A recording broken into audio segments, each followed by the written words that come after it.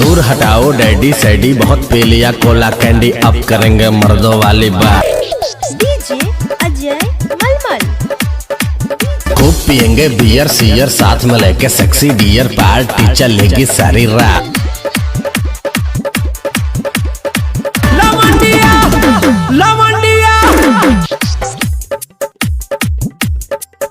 London से लाएंगे, रात भर डीजे बजाएंगे। लवंडिया लंदन से लाएंगे, रात भर डीजे बजाएंगे। रजनी के स्टाइल में सिगरेट जलाएंगे।